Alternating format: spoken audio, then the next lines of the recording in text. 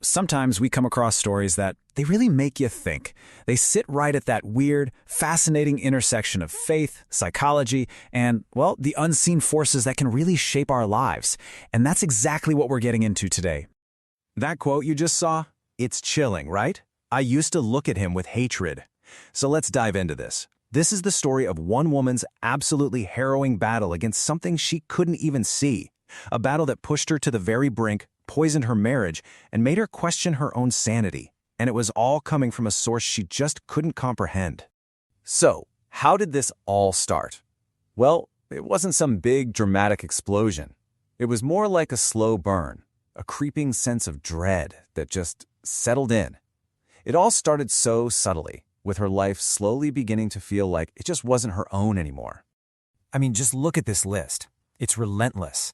It started with these awful, disturbing nightmares about her husband being unfaithful. But the real horror, it didn't stop when she woke up. That anger, that hatred, it felt so incredibly real that it would just poison her entire day. On top of that, you've got this crushing anxiety, feeling emotionally fragile all the time, and this deep, profound tiredness that just sucked all the excitement out of life. Her own words for it were that she was just existing. Just going through the motions, no joy, no purpose, just there.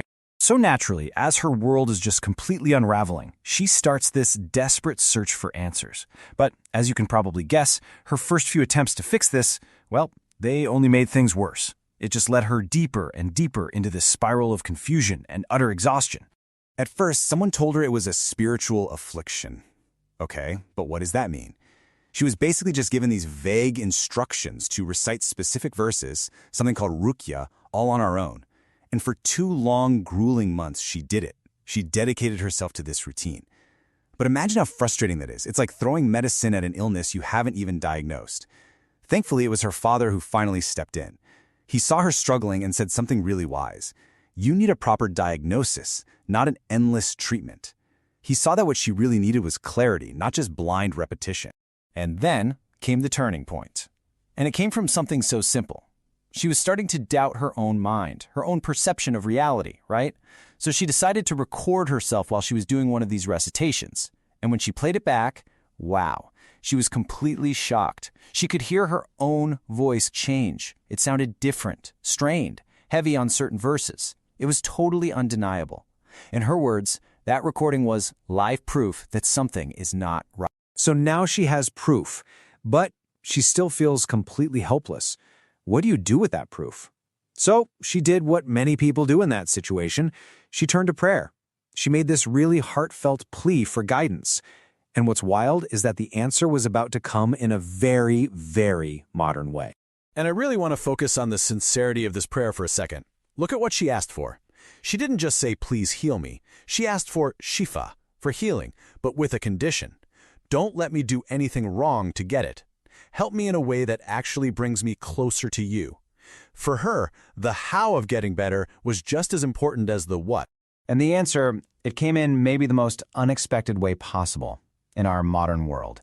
She's just researching online, scrolling through some random forum, and she sees a single comment, just one comment, recommending a website.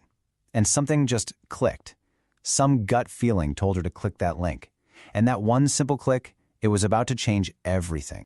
So she clicks the link, fills out a form for a free online consultation, and boom, they contact her the very next day. And let me tell you, that first session was an absolute eye-opener. She was about to find out her problem was way, way more complex than she ever could have guessed. You know that saying about peeling back the layers of an onion? That's exactly what this diagnostic process was like. At first, the consultation pointed to issues of evil eye and envy, ayin and hasad. But as they started treating that and it started to work, these other, deeper symptoms began to surface. That led to a second diagnosis, sihr, or black magic. And only once that was cleared did the final core issue finally reveal itself. And there it was, the final piece of the puzzle, an ashik jinn. Now this specific type of spiritual affliction, it explained everything. Suddenly, the disturbing dreams, the irrational hatred she felt for her husband, the constant negative voices in her head, it all clicked into place. All of it, apparently, was designed to do one thing: create distance and destroy her marriage from the inside out. For the first time, it all made a terrible kind of sense. And when you put the two approaches side by side, man, the contrast is just stark. Think about it. 2 months of her doing self-ruqyah was just vague. It was emotionally draining, and there was no light at the end of the tunnel. This new approach, it was the polar opposite. A specific, targeted diagnosis, structured treatment plans, actual professional support, and a holistic plan that went so far beyond just reciting verses. So, with that clear diagnosis finally in hand, the real work could finally begin. And the road to recovery, it was intensive, it was comprehensive, and ultimately it was completely transformative. And this is so important to understand. The treatment wasn't just about, spiritual warfare. It was a truly holistic plan. They combined the Ruqyah therapy to fight the affliction head-on with cognitive behavioral therapy, or CBT, to help her rewire the negative thought patterns that this whole trauma had created. And on top of that, marriage counseling to start repairing the very real cracks that had formed in her relationship. It was about treating the spirit, the mind, and the heart all at once. And you know what? The results started showing up almost immediately. But it wasn't just that the weird symptoms were disappearing. It was that life was finally falling back into place. She said their whole routine got better, their sleep normalized, and for the first time in what felt like forever, she just had this feeling that, yeah, something is finally going right.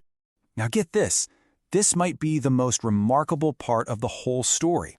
After all those months of suffering, of confusion, she fully recovered after just four guided sessions. That's it. It just goes to show you the incredible power of getting a specific diagnosis and a targeted treatment plan instead of just trying to fight something in the dark. So her journey from all that turmoil to a place of healing, it really leaves us with a pretty profound question, doesn't it? I mean, whether you look at her struggle through a spiritual lens, a psychological one, or even just a metaphorical one, her story kind of forces us to think about the hidden things that can shape our emotions, our relationships, our whole reality. And it also shows the incredible power of finding the right kind of help. It makes you wonder, right? What are the unseen battles that we're all fighting inside ourselves every single day?